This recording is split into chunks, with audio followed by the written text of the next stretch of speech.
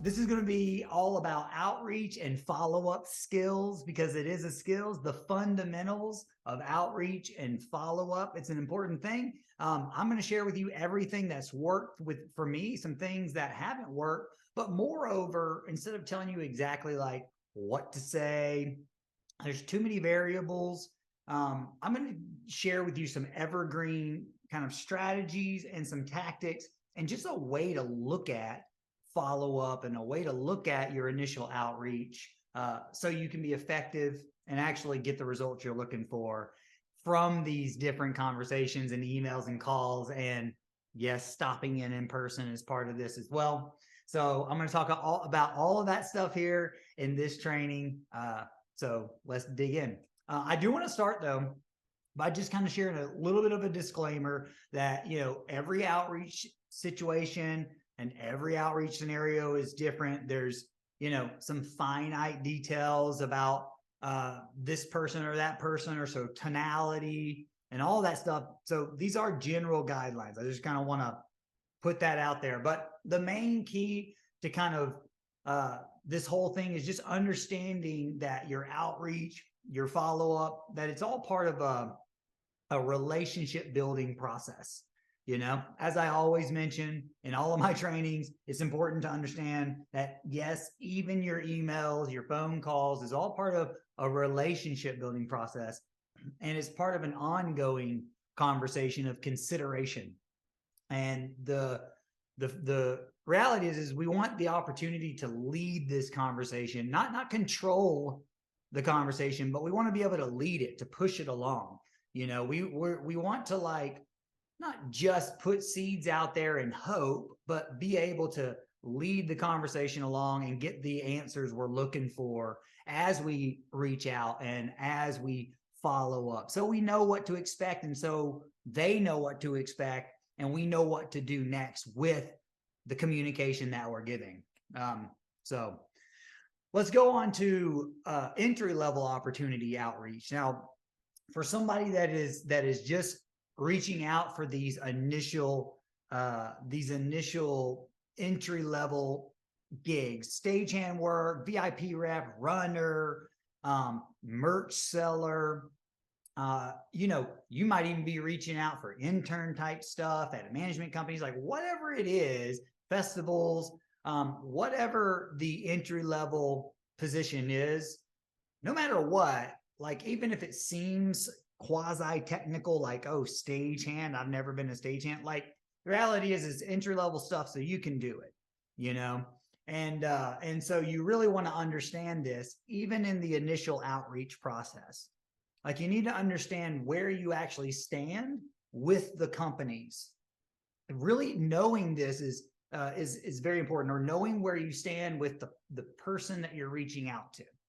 If they've never heard of you, but you know that you're reaching out to inquire about entry-level opportunities, then just know that they need you to be the right opportunity as well. And the reason why this matters is because it'll help you when you're trying to set your intentions on how you want to come across in all of these ways you're going to outreach. Stopping in person, by the way, it's old school, but I still think it is the most effective way to do it, you know. But everything is about intention. You also, with the wrong type of intention, with the wrong type of, misunderstanding of where you're at, who you are, who they are, not being able to be aware of the situation, can really backfire on you with that type of outreach, you know. And so outreach is also a bit about knowing yourself, you know what I mean? Because there's no one way to outreach to these different companies and these different people. You know, we're going to talk about all of them. Stopping by in person for me, like, is money. I'm a people person. I love to see people hand in hand or eye to eye. I love to see people face to face. And I feel like if I can get in front of somebody, they can feel my genuineness, my authenticity. They'll feel that I'm not being desperate. There's like, all of these things that I talk about. And so for me, stopping by a person is awesome. If you're going to do this as an entry level opportunity, if you're going to stop by a stagehand company or a production company for an entry level opportunity, a management company, hey, don't be afraid to do it. Like if that's your way that you feel like you're comfortable to outreach like that, to actually initially reach out, lead with the right intention. So I would always take the time to think about, again, who you are, who they are, why you're doing what you're doing. It matters because, for instance, if you stop by on a Monday morning and you have no connection and awareness to who they are, who you are, and what you're actually doing, Monday could potentially repel you from that company and be the worst time, because you might show up on a Monday where they're trying to get caught up. You can bet they get caught up. And if you just don't have that type of awareness and you stop by, it could backfire on you. You see what I'm saying? So I might say, hey, man, I'm advising you that stopping in person is the most effective way to do it. But if you are not aware of when you're doing it and how you're coming across, it can backfire on you. And so that's why it's so important to know why you're doing what you're doing, right? So the best times to stop by in person and outreach would be mid-mornings. Think about this logically, right? Mid-mornings, it's after the start of the day, their first handful of emails, they're getting going. It's not quite lunch yet. So say after 10:30 is a good time. When I say mid-morning, after 10:30 in the morning, from Tuesday to Thursday, the middle of the week, you can pretty much bet that if you're going to randomly stop by, that those times of the week and that time of the day, or like early afternoon, like say, or early to mid-afternoon, like 2:30, 3 o'clock range as well, could be another good time to do it. And then how you do it. What do you say? If you're just going to randomly stop by, what do you actually say? Well, you want to make sure that your intentions are coming across. And if you're starting a relationship, what do you do in a relationship? The first thing that you do in a relationship, well, let's talk about what you don't do. You don't go and French kiss somebody on a first date. That's for sure. So you're not just going to go right in there and just be like, hey, can I have everything from you? Can I take can I have the kiss? Or sleep with someone on the first date. You're not gonna go take their virginity or something. This is going in the wrong direction. My point is understand where you are in the relationship of things. You know what I mean? It is a relationship. And so when you stop by and you're showing up, just be like, hey, I'm super interested in a career in events, right? I'm interested in pursuing a career in events, and I would love the chance to speak with somebody about a possible opportunity to work with the company. And I was in the area, and I thought it would be really cool and interesting to see if there was even an opportunity to take a peek, at some of the stuff behind the scenes. I'm genuinely interested. Hey, man, I'm just telling you, most people aren't doing this, but with the right intention, showing up like that, saying something and presenting yourself in that way could be very receptive. You're talking career, you're talking opportunity, possibility, chance, right? You're not telling them, hey, I'm looking for a job. Here's my resume. Can you consider me? Who can I talk to? You're not doing that, man. You're just like, you're in the conversation. You're not going out and kissing on the first date. Can you see the differences?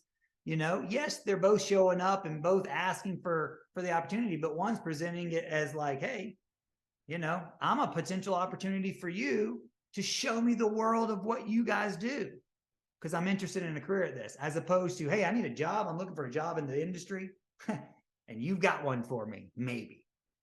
Can you consider me? It's just a different approach, right? Same type of outreach, different approach.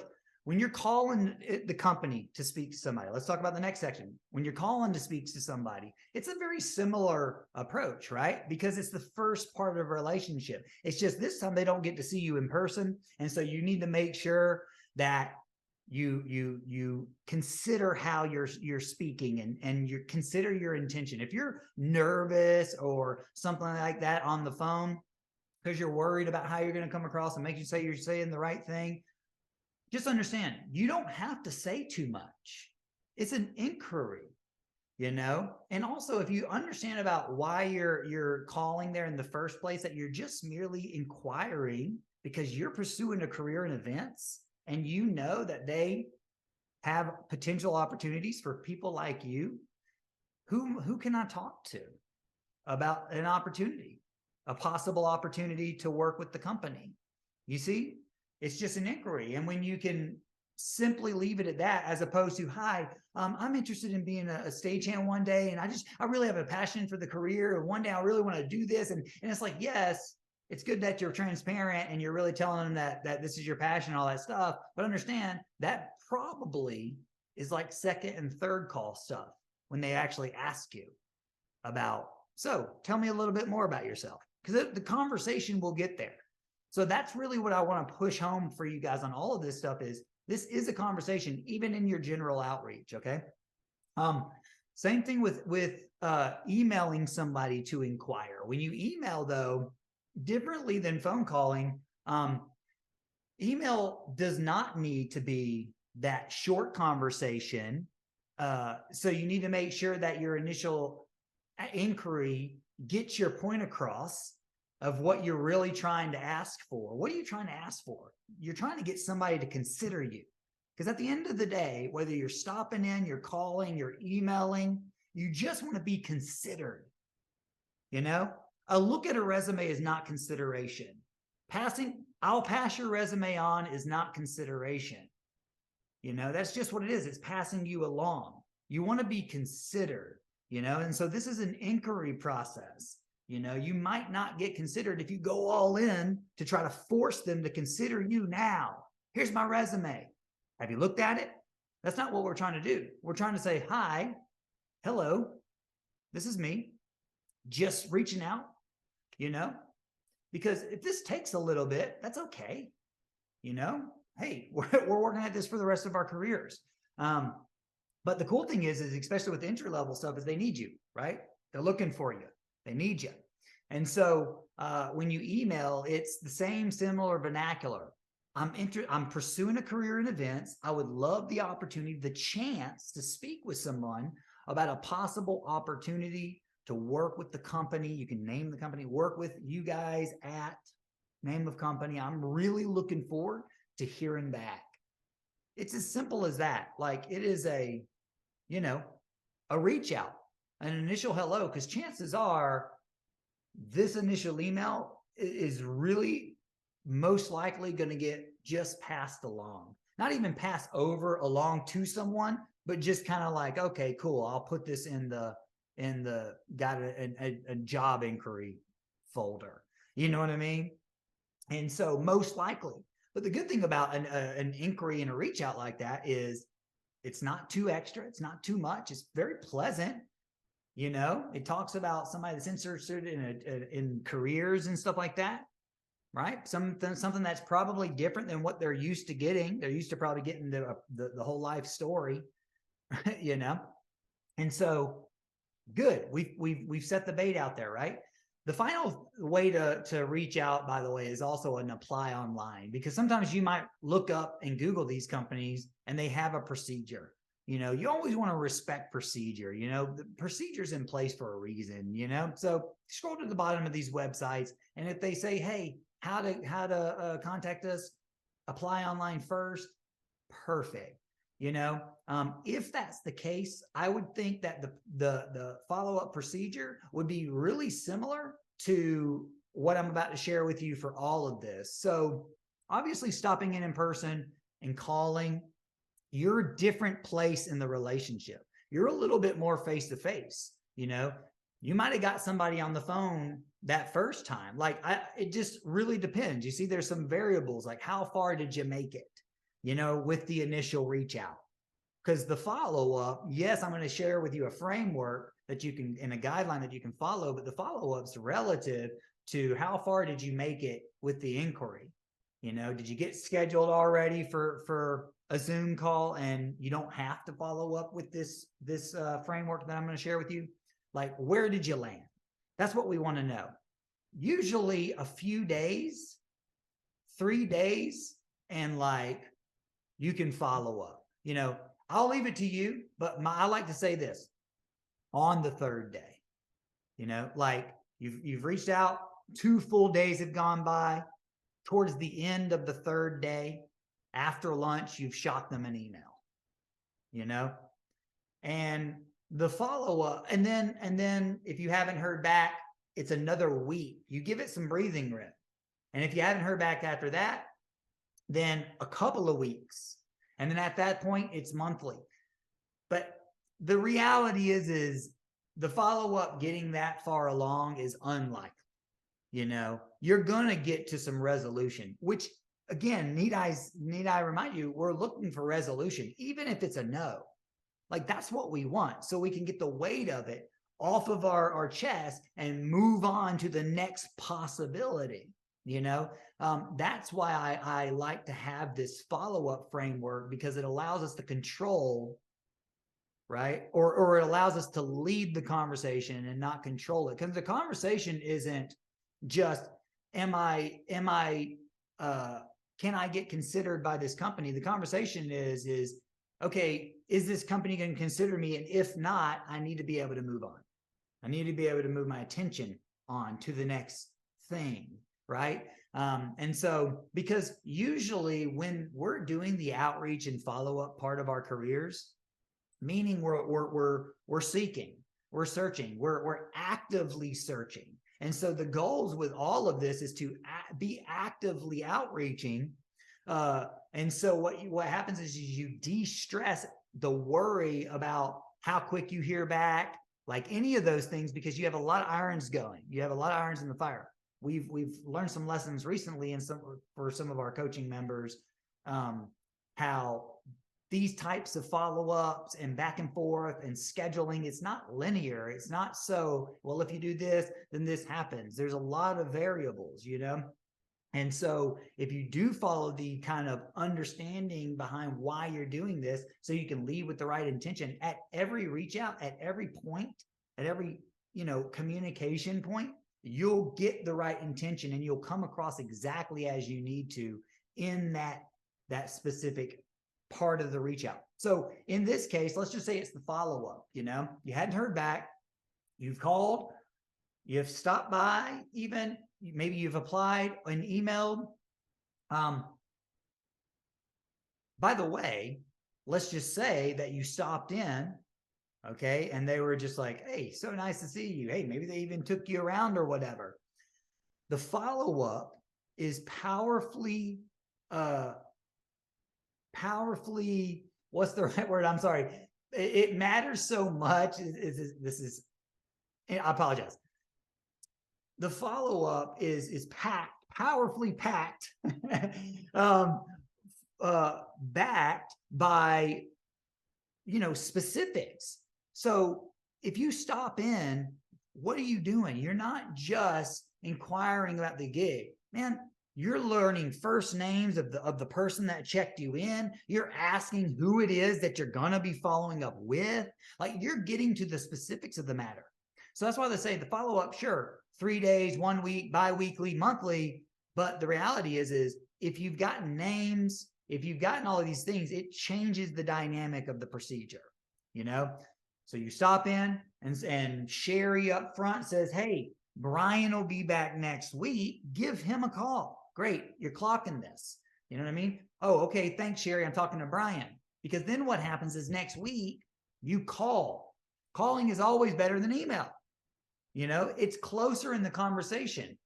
Think about this. The closer you are to being able to converse, the better. Email is it's hard to know what someone's saying or thinking or feeling through text. Same thing with text, actually texting on a phone, which we oftentimes use these days. But knowing why, right? Knowing why and having your intentions in check at every stage of this, you will absolutely be able to come correct in these different phases. If you call up after you stopped in and he said, hey, call Brian next week, then you call and it's quite simple. It's like, hey, Brian, Sherry told me to call. If you can understand what pointing out someone's name does to your credibility immediately, psychologically. From a psychological standpoint, you immediately become someone that it is Brian's wall just comes down and he's all ears, which is powerful, but it's also a moment where you also need to be in check with your intentions, because at that point, especially if it's an entry-level opportunity and they say, hey, come talk to Brian, you got to make sure you're not getting ahead of yourself here. You got to make sure you really step into why you're calling, so you can be cool, so you can be direct, so you can be assertive, so you can be, not anxious, not nervous, all those things. That's what I'm saying. It's this whole outreach principle training is based upon a way to also get yourself in check. It's not just how to reach out and what to say. It's how to get yourself in check, because, man, especially if you call and you're not somebody that typically is good on the phone, it can be nerve-wracking. You might have to call and talk to Brian. So email, like, let's just say that you called to speak to somebody and they're just like, email Brian, right? Same thing. First names are so powerful. Hey, Brian, I'm reaching out because Sherry told me and suggested I reached out to you this week about a possible opportunity. You see, we're still talking about possibilities here. We haven't gone so far to ask, like straight up to be considered. We're still inquiring here. We want to make sure that we know exactly who's on the other end of this phone. Are they the actual decision maker? Because Brian might not 100% be the decision maker. Sherry might have just pushed him to Brian because she knows that Brian sometimes deals with people like this and he can get it to the right people. Like you don't want to climax before you before the whole procedure is done. You know what I'm saying? You want to make sure that you're still understanding where you are in the relationship, so you want to make sure Brian's the right guy. So, hey, Brian, I'm still talking about possibilities here. You know what I mean? And then Brian can influence on what the next follow-up and what the next step looks like. If you apply online, use the framework. And if you haven't heard back, 3 days, call. Always call first. Call before an email follow-up. Always call before an email follow-up. Even if someone says, hey, we prefer you not to call, just be like, I completely understand. I wasn't 100% certain, so I wanted to make sure that I did call just in case this was the right way to do it. Thank you so much. Whose email can I email? Right? Who can I reach out to? Oh, it's Brian. And what was your name again? You see what I'm saying? Sherry? Thanks, Sherry. I appreciate it. Cool. From the follow-up, you're digging for that information. You want to be in the conversation, and those first names put you in the conversation. Now you're saying, hey, Sherry told me to hit up Brian, and now you're one of them, right? You see how this works, as opposed to you're just kind of fishing and you're just like, hey, I was told to reach out to you. I'm interested in a job here. You guys are hiring stagehands maybe, as opposed to, hey, Brian, Sherry asked me to reach out to you. She said that you would be the best person to talk to about possible opportunities of getting to work here. You're not saying, hey, Brian, are you the guy? I know you're the guy, right? You're asking him, hey, are you the guy, essentially? Because then he'll tell you. He'll say, oh, actually, perfect. Did you fill out the resume online? Did you apply online? If you haven't, here it is. And then the conversation will move forward. You need real consideration, because if a no is actually a blessing to you. By the way, a no in every industry or in every area of the industry is always a no, not right now. Always. Because new projects constantly happen, new tours happen, new staff, new personnel. This is a high turnover business. So a no is always a not right now. And so understand that this is a part of a longer conversation. That's why I even talk about in my follow-up framework where it's following up monthly eventually. Because, hey, man, especially as a freelancer, can't hurt, Hey, and here's what some of those follow-ups look like. Like, even if you hadn't been like 100% booked, but you're on the list,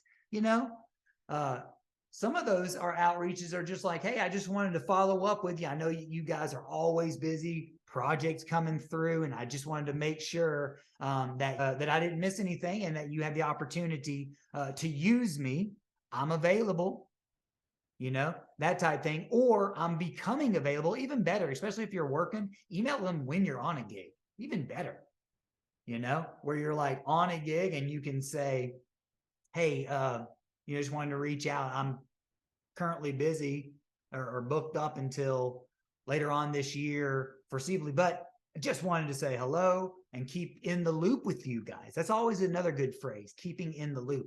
Just wanted to keep in the loop. I know you're busy. Do you notice how it's not asking for work? It's not asking to be considered. See, that's the thing is eventually maybe, yes, you can say, hey, can you consider me? But the best way to do it is let the conversation get you considered. You know what I mean? If you come correct in the conversation the right way, you'll be considered. Man, and I stress this, it's hard to actually believe, but the truth of the matter is like, eventually, if you have the right relationships with these people, even in the companies, even as a freelancer, you will never have to worry about work if you build the right relationships and understand that it starts here. I have people that I still to this day, I remember these early conversations we've had. I remember some of this stuff. I remember that some of the people today that I'm like friends with on Facebook or I've worked with, I remember some of them had hired me even and brought me on. I've had some of these conversations with some of these people. You don't forget this stuff, and neither will they. That's why I'm trying to really impress upon you that the relationships are long lasting in this industry, and it's a small world. Does it all make sense for the entry level opportunities? To really know that you're right for them, to really stop by in person first. Call would be the next thing. Email is next. Make sure you go online and apply in person.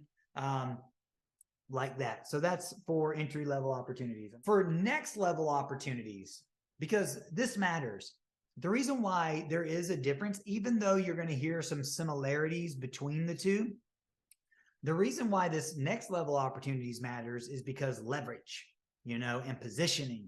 And so the way, the tonality, the confidence, the vernacular changes in some of these outreaches, initial outreaches, right? You're not just looking for career opportunities. You're in it.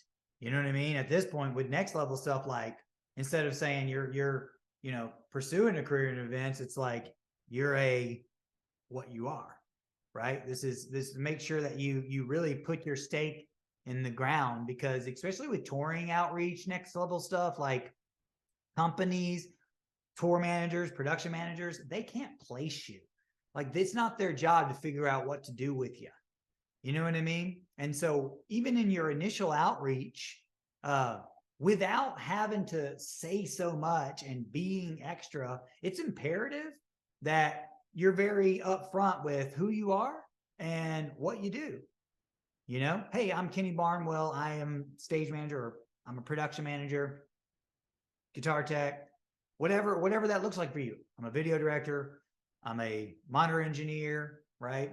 I am a local audio engineer. I'm a local audio tech. Like for somebody that's moving to that next level opportunity from local to touring companies, and you use that vernacular. You want to make sure that you headline out with who you are and what you do. I know that this sounds simple, but it doesn't have to go too much further. It doesn't have to go into the depths at which you're doing what you're doing and why you're doing what you're doing. Like, I want you to think about that stuff, and I want you to be anchored in those intentions and in those thoughts.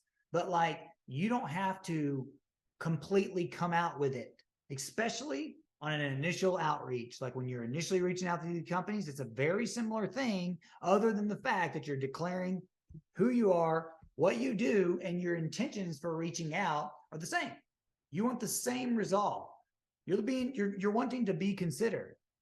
So I'm reaching out and I'm just interested in seeing, speaking with somebody about possible opportunities to work with the company. Now, this is where the next level opportunity allows you to elaborate in certain ways. No, you don't want to, you got to be very wary of where you are in the conversation. You don't out of the gate want to talk about your hopes and your dreams and your passions for touring crew career building, that you're a part of crew coach and there's this guy telling you to freaking get connected with your head and your heart and that's what you're doing. And no, like save that for later on in the conversation. Hey, feel that, lead with that intention, because I promise you it's going to come through in the right way and in the best way.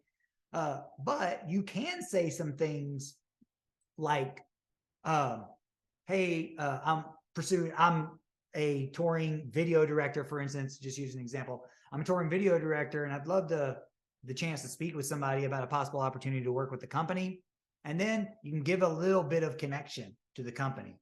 Like at that point, if you're asking for a next level opportunity, hey, you better have a bigger connection than just the paycheck and a job with this company. You know, like have a bigger connection than just, I'm really just interested in a gig here. You know, like even if that were the case, like for instance, for me, I'm a dad. I've got a second kid on the way. I'm about to have a second kid. If I ever wanted a production company gig just for the paycheck because of some regular paycheck, I'm just throwing a scenario out there. This would never happen. I'm not employable. Not the point. The point is I would tell them, I would be transparent about why I'm doing it. I would just say, look, I'm a tour guy that's coming off the road. I've got 2 kids. I really love production. And so I want to be able to take care of my family from home locally. Yes, it is paycheck, but that's the real reason, right? Be transparent if that was the case. And so this is the same case on reaching out for next level opportunities. If you're stopping in person, same thing with the midweek stop-ins. It's best to make sure that you're stopping in those couple good times where you can actually take a tour of the shop. If you're somebody that is next level and you're reaching out for that next level opportunity, you got some experience, you speak the language, you speak the vernacular, it's going to be very apparent to them that you're a part of them, that you're in the industry, you're part of that game, right? And so stopping in, same thing with calling on the phone. Obviously applying is different because you just fill in the blanks and then you need to get somebody on the phone eventually. The general follow-up framework applies to this as well, unless specifically directed, of course, with the next level opportunities and with entry level, but mostly with these next level opportunities, they're gonna know that you need to be considered. You know, like you're going to actually be considered because it's not just an entry level where they consider a bunch of people. Like, so they're gonna push you along. Okay, it's still your job to lead it. Still your job to lead the conversation, lead yourself along. Not remember, this is not about control. It's just about leading it by your tonality, by your follow-up response, by your initial response, that type of thing. And so when you stop in, hey, make sure that you take the tour. Like, hey, this is who I am. My name is Kenny. I'm a touring video director, and I'm interested in talking with somebody about possible opportunity to work with you guys.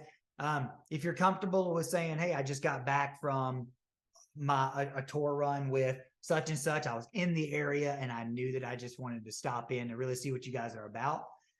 This is where you can go a little extra. I've got friends that work with the company. I know some people that are a part of the team here. I love them. They're my people. And so I just definitely had to come and see you guys in person. Is there any chance that I could take a peek back there? You know, maybe even somebody I know is back there, that type of thing. You come at it like that, they're going to be open and receptive. And then you can continue the conversation accordingly. There's a really good chance, especially if you stop by, because it's so powerful. Proximity is very powerful. You're going to get considered immediately and considered differently than these other methods of outreach, you know, calling, applying online, just emailing. You're going to be considered differently because the whole thing is you're going to want to get on the phone. Even if you're a random freelancer and some production or tour manager got your resume from somebody else, they're going to eventually want to talk to you. Like, even if the person says, no, this is your person, the production or tour manager or whoever is going to officialize that consideration is going to want to get you on the phone. Okay, cool. So next level opportunities. Lean into your current leverage when you're outreaching, like your current positioning. Take ownership, because you're outreaching to get considered for a next level, which is the next level for you. And so make sure that you're very confident in, like, hey, I'm a local audio engineer. I'm interested in talking to somebody, speaking with somebody about possible opportunities. I'm looking forward to hearing back. That's a key phrase. I'm looking forward to hearing back. You're letting them know that you're expecting to hear it back without asking for, again, the consideration. You're just saying, hey man, I'm looking forward to it. Some of this vernacular is very light and it reads well. Some things that, like, you can, instead of saying words like but, for instance, because but or however negates the previous sentence. Now, like, this is some high level communication stuff, which I will actually probably do a communication class at some point. But like, when you say, I'm really interested in speaking with someone here about a gig, but I was just wondering, it's like, well, you just negated all that you said, tonality wise, and from a connection, from a reading standpoint, it reads weird. But if you're like, replace it with the word and, simply replace that one word with the word and it opens up the sentence. I'm interested in working as a stagehand here, and such told me that you guys might be hiring or not hiring until next year even. Even if there was a little bit of like uncertainty attached to it, changing the word out to and can open it up. Just a little high level tip when you're talking about context within your writing coming across like that. So let's talk a little bit about referrals. Okay, referrals. Referrals are like gold if you respect them, and like glass if you mistreat them. You know what I'm saying? Like, man, if you name drop someone, you have literally just taken that person's whole career, their whole credibility, every conversation that they've ever had with the person, every, like, the brand, like everything, their whole value system. I know you don't probably look at it like this, but I do. I think about the brevity of a referral like this, because when you understand what a referral is, even if it's a referral you're not 100%, you don't know that person, like if it's just Sherry suggested I call, even the weight of that is like gold. Because here's what happens. What if you turn out to be the right choice, a badass hire? It reflects on Sherry. Ultimately it does, because Sherry was the one that passed you along. It trickles down to Sherry, definitely Brian, and whoever else helped connect you. And so at the same time, because of that very same reason, if you come across desperate, thirsty, nervous, timid, uncertain, doubtful and insecure, and, all of those things, that also reflects, or cold, an asshole, a dick, a bitch, like whatever you want to say. If you also come across like that, you're reflecting that person's referral as well, and so I look at it like that. And if you can look at it like that, you can also look at it as a referral, as a tool. You can look at it as something that you can use, a resource, an asset. A referral is an asset. And so make sure that you're specific. First names of the person, first and last names if you can, and the specifics. Maybe the specifics of their title. Hey, Brian over at Four Wall Lighting, the tech director over there, suggested that I reach out. A big thing is just making sure we're not making assumptions of who's on the other end, the receiving end of this. Like, we're not assuming we know what they're thinking and how they're receiving this. Like, so we need to make sure we're doing our part to fill in the blanks. Hey, Brian Akins over at Four Wall, the technical director, suggested I reach out to you about possible opportunities. See how specific that is? He said, you're the guy, By the way, that's another thing. Some of that tonality stuff. If, for instance, Brian Akins, the tech director at Four Wall, said, oh, hey, by the way, reach out to Keith over there. And hey, when you talk to Keith, tell him Brian said something, you knucklehead, right? Like some playful thing. Boom. That is money right there. That is rapport building money right there. You can then take that into the conversation, even in an initial reach out, and you can say, hey, Brian Akins over at Four Wall told me I should reach out to you, Keith. And he also said, hey, your mom still owes you for lunch. I don't know what that means, but I wanted to share, right? Stuff like that. Like that stuff goes a long freaking way. Know exactly. Oh, the referral also using words like suggested and or recommended, right? Not like told me to. Just using a little bit more empowering words, suggested, recommended, because it also kind of tickles the ego of the person that you're reaching out to, if that makes sense. From a social psychological standpoint, it kind of goes, oh, they value me. Suggested and recommended. They suggested me. Ooh, they recommended me. Hey, Brian told me I should reach out to you. It's like, oh, Brian told you this. Oh, did he? Did he? So consider that stuff. I know this is high level, guys. So yes, if you're deeper into the conversation, you can offer a little bit more backstory initially. We talked about that. Know exactly who you're talking to. Are they the decision maker? You don't want to, like I said, overindulge so much to the person that's like, oh, okay, slow down. Let me get you over to Sandy. She can help you out. You want to make sure you actually know who the heck you're talking to when you're talking to people, and respectfully follow up and update the referral as you go. For instance, anytime someone refers me for a gig, I always keep them updated throughout the whole process until I either get it or don't get it. And then I'll let them know. What it does is it keeps them in the conversation because you can still use them as an asset. What if you don't hear back from the person for a few days, from the initial person they suggested that you reach out to? You don't hear back. You don't want to go pester that person because remember, you're on a referral. Okay? This is not just about you at that point.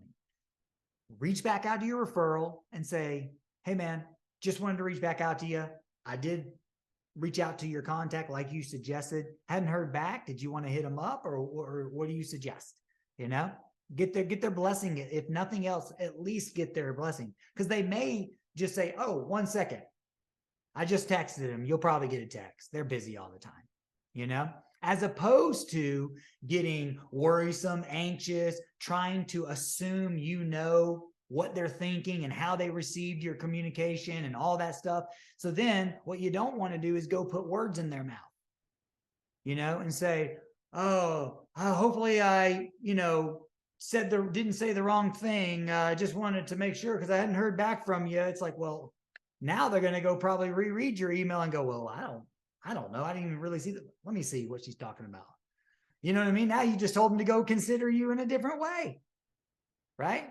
Know who you're talking to and know where you are in the conversation. You might be talking to somebody very sweet, very nice, and they're going to kind of lead with a bit of grace and all that stuff. But remember, this is a long conversation we're talking about here. And you've just entered it. Even after these back and forth, there's a whole relationship being built. And you know what I mean? And so if you can understand that sometimes people are busy, sometimes people just can't respond real quick, sometimes people need a nudge, and it doesn't necessarily just need to be from you, especially when you have a referral. That's where I'm going with this. If you had a referral and someone says, hey, reach out to this person. So then you also, with your referrals in your form of communication, is this a cell phone? Is this an email? Or did they say to call? Is it a text, right? All of those 3 different avenues of outreach dictate how you discuss. You wouldn't conversationally email somebody. People don't like to have conversation, little short, expecting a response back in email like that. Text? Sure, that's a different thing. You can converse in a text in a little bit short burst and expect a response in text. In fact, that's where you go to do it. You don't go in a text and write an email,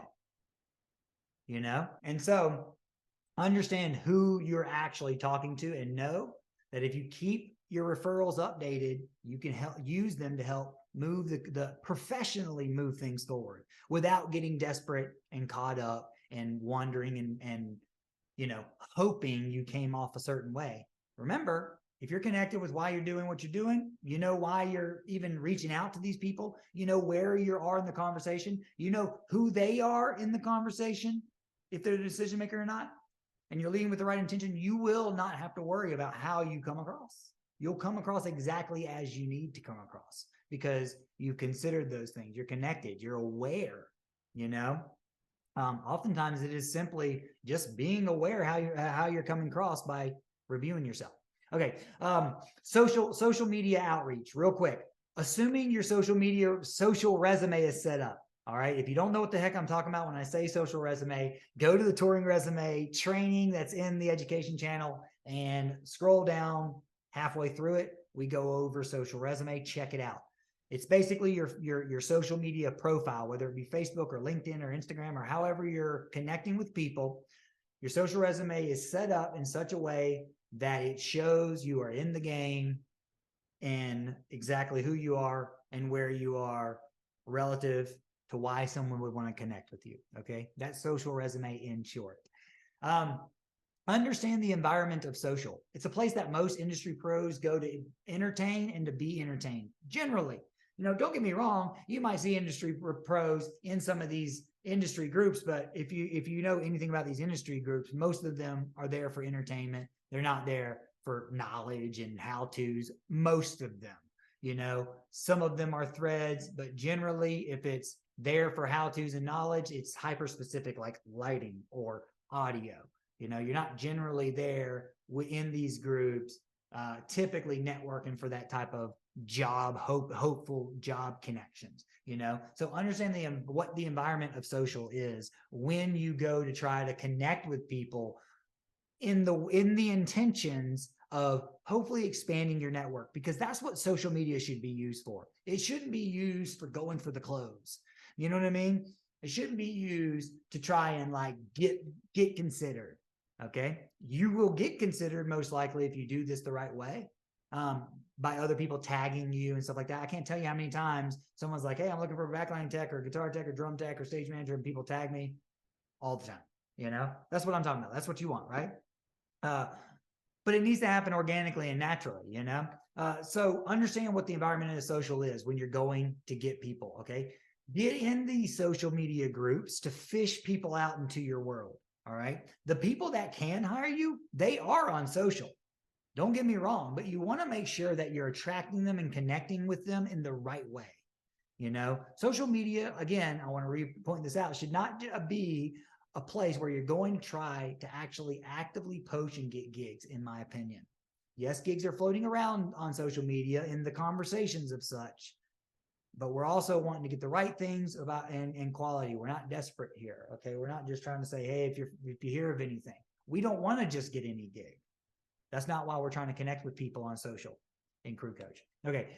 So get into these groups and fish for people, meaning go in and talk in the conversations, ask questions in these groups. If you're interested in production management or tour management or lighting or video or backline or stage management, there is an interest group, a lot of them, for every single facet, as well as general industry groups, subset groups of merch people or VIP reps. And there's different geographical ranges. There's people that are in venues, that are in groups that love venue. There's so many different groups. Okay. Remember, this is a relationship and conversation game. Social is all about conversations and building relationship. You know what social media is actually about?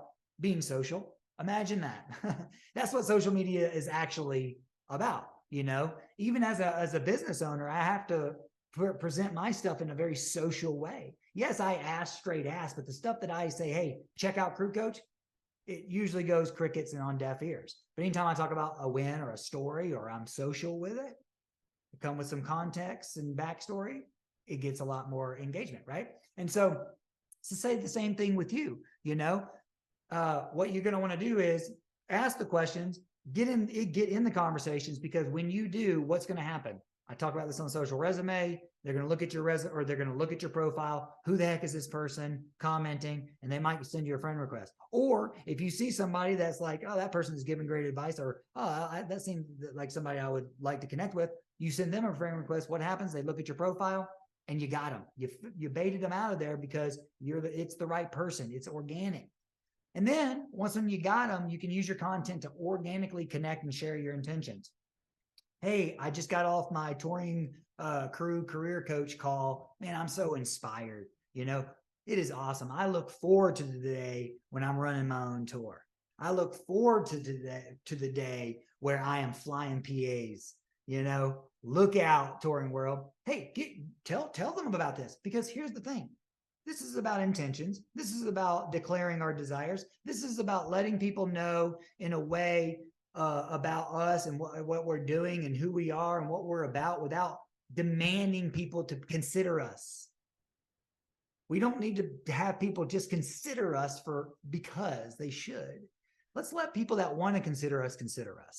And so that way we can focus on presenting ourselves in the way and sharing in the way that fuels and fulfills us. I get excited about sharing your wins and things like that, about Crew Coach, about being a proud dad, about my wife, about my family, about all the stuff that I share about. It's natural. It's easy for me. Anytime I really try to force the stuff, like when I was doing the pandemic real estate marketing stuff and I was just trying to force the content, it was hard. It was work. Trust me, when it's authentic, it's easy. But let people into some of this stuff, because you might go, man, I just got, like for instance, kudos to one of our members made a post saying, I just had my second interview, or my third Zoom interview. I'm so excited for the company of my dreams. I'm so pumped up, right? Those type posts, those type of transparent posts, let people know that you're in it. You're actively in the game. It lets someone know, because the people you connect with now, it might be years before something fruits from it, blossoms from it. You know what I mean? It might be years. So that post that the crew member made about, being on his third interview with the company of his dreams one day, well, guess what? If he connected with any of the people in that area of the industry, they're watching him too. Even if they're not 100% engaging, they're watching him because it's their interest. It's audio. It's like, oh, okay. And then what happens? They watch his journey. They support him. Maybe one day, because they got to know him through this process, they got to see him not give up. They got to hear that he was a part of a career coaching program geared towards this, and that he was doing what he was doing. Maybe one day they tag him in a post that says, how about this guy? Happens all the time. I get that all the time now. I mean, I know that I'm like the only career coach for Touring Crew, but anytime anybody talks about career coaching and touring, I get tagged. Okay. Engage and authentically support these people. That's another thing too, is when you connect with these people, you have them algorithmically, you want it to be very, very fluid. It does not have to be contrived and one of my mentors, Gary Vaynerchuk, talks about document, don't create. You don't have to just create a story post just to tell a story. It's like, let it come from something, let it come from somewhere, and just share what you're doing and share what you got going on, But that's the thing. That's the power of that. Because what if you post about the things that get you considered in other conversations, right? Just tried out this new tour software. Not sure if I love it yet. What do you think? I'm learning Stage Plot Pro. What the heck am I doing? What do y'all think about this design I just whipped up, right? Be a part of the process. You can only grow where you're playing, to let people in because they can help you. Okay. It is outreach. Posting content is outreach. Okay. And it's also follow-up. It's outreach and follow-up all in one, because you don't know when someone's paying attention and where they're paying attention and when they entered into your world of it all. That's why it's easier to be honest and authentic and consistent, because you don't have to wonder, oh shoot, did I say this story in this way before? Like, hey, just be honest. Put yourself out there, and it's fun. It becomes fun. Remember the relationship aspect. It's a long game play, right? You might connect with people today that don't produce fruit from the relationship for years. If you do want to use the DMs, okay, be leery about using the DMs. Not leery, that's a terrible word. Be respectful and specific when you use the DMs. Okay. If you connect with somebody professionally and like you intentionally was in a group or something and you sent them a friend request, hey man, send them a DM and that just says, hey, this is Kenny. Use your first name. Hey, this is Kenny. Just wanted to say I'm glad to be connected. I know we're in the same industry. I look forward to getting to know you in the crazy Facebook land. You know, I'm glad to be connected is enough. You know, that's enough to start the relationship.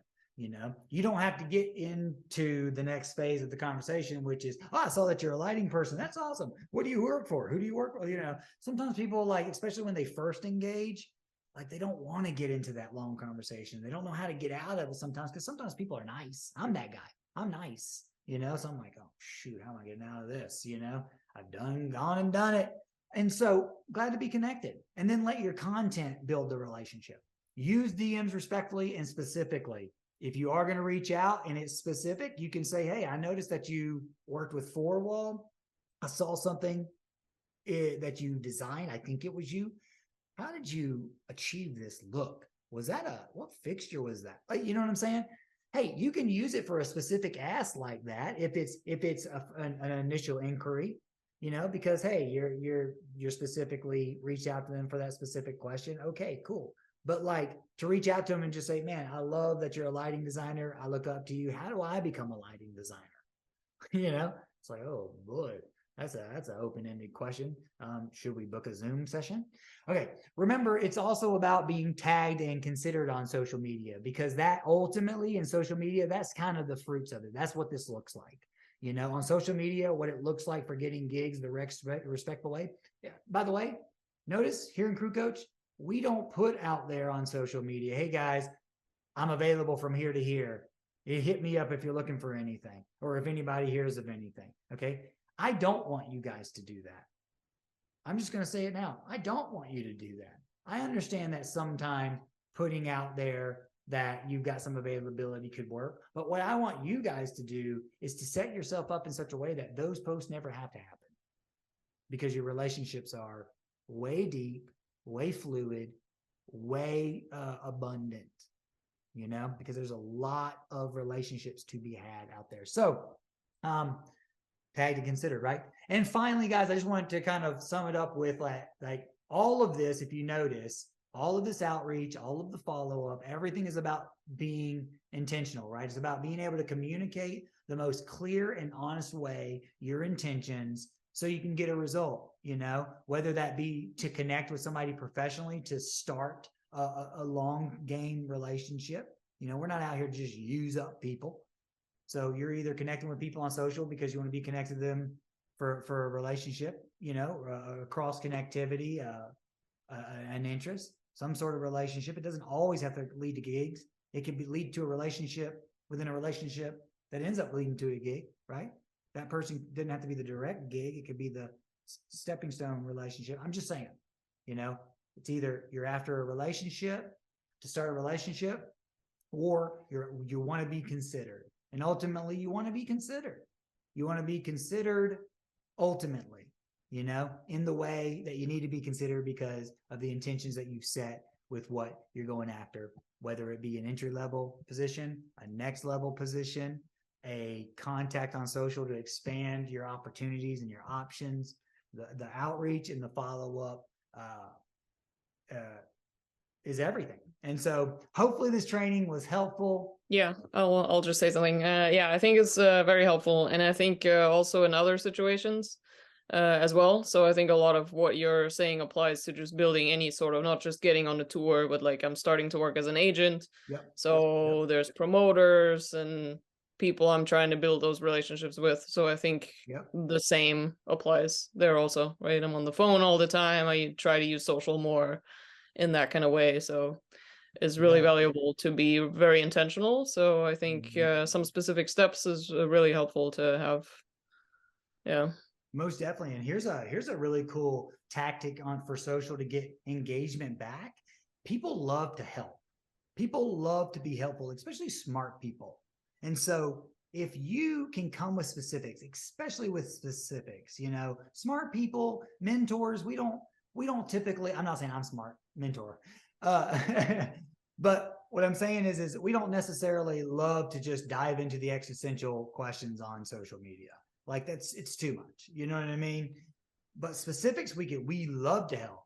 And so if you know that you've just friended a handful of industry pros in your realm, and you know it, and you know that they're probably paying attention to you for 3 to 5 days at least until they spark interest, ask some questions. Just be like, man, I've got this scenario with this festival or with this group or with this type of scenario. What would you do in this scenario? Hey, music industry friends, hey, tour manager friends, like, what would you do in this scenario? Like, people love to serve, and then you're bringing them out, and then you're getting to engage with them, and then you get to respect them publicly. It's pretty cool. Stuff like that, man. That's the way I think about this, Yep. I really liked at the end with your the social resume. Could I catch myself doing a lot just in the real world with other things, not just like here with the music industry. But when you start conversation and reach out to people, you don't need to tell them your whole life story just to to break that ice. You just keep it short and simple. And I've been working on that, and like you reiterating that in here is just another good reminder that you don't need to talk to them for a whole hour about your whole life and everything in between and all these little details. Just keep it short, simple, and you'll be better off. Yeah, I mean, hey, don't get me wrong, if they're willing to go for it like that, but most people aren't, for sure. And a lot of times people just don't know how to back off of a conversation, Yep. So kudos to you. That's a good takeaway. Okay, guys. Well, thank you so much for joining this first ever on my end, probably the first only training about how to outreach and follow up relative to this industry. But like Yana said, man, it transfers to anything that you're trying to put together, any type of messaging or alignment that you have with yourself. There's a tribe of people out there, and people are always the pathway to the possibilities that you want and need in your career moving forward. Always people. And these are tactics and tips and ways to connect you with those people. And so, yes, it's an email. Yes, it's a text. Yes, it's a call. Yes, you're just stopping in, but understand that these are humans. These are people just like you. That's it. I love and appreciate the heck out of you guys. And until next time, go get 'em. Thank you. You're welcome.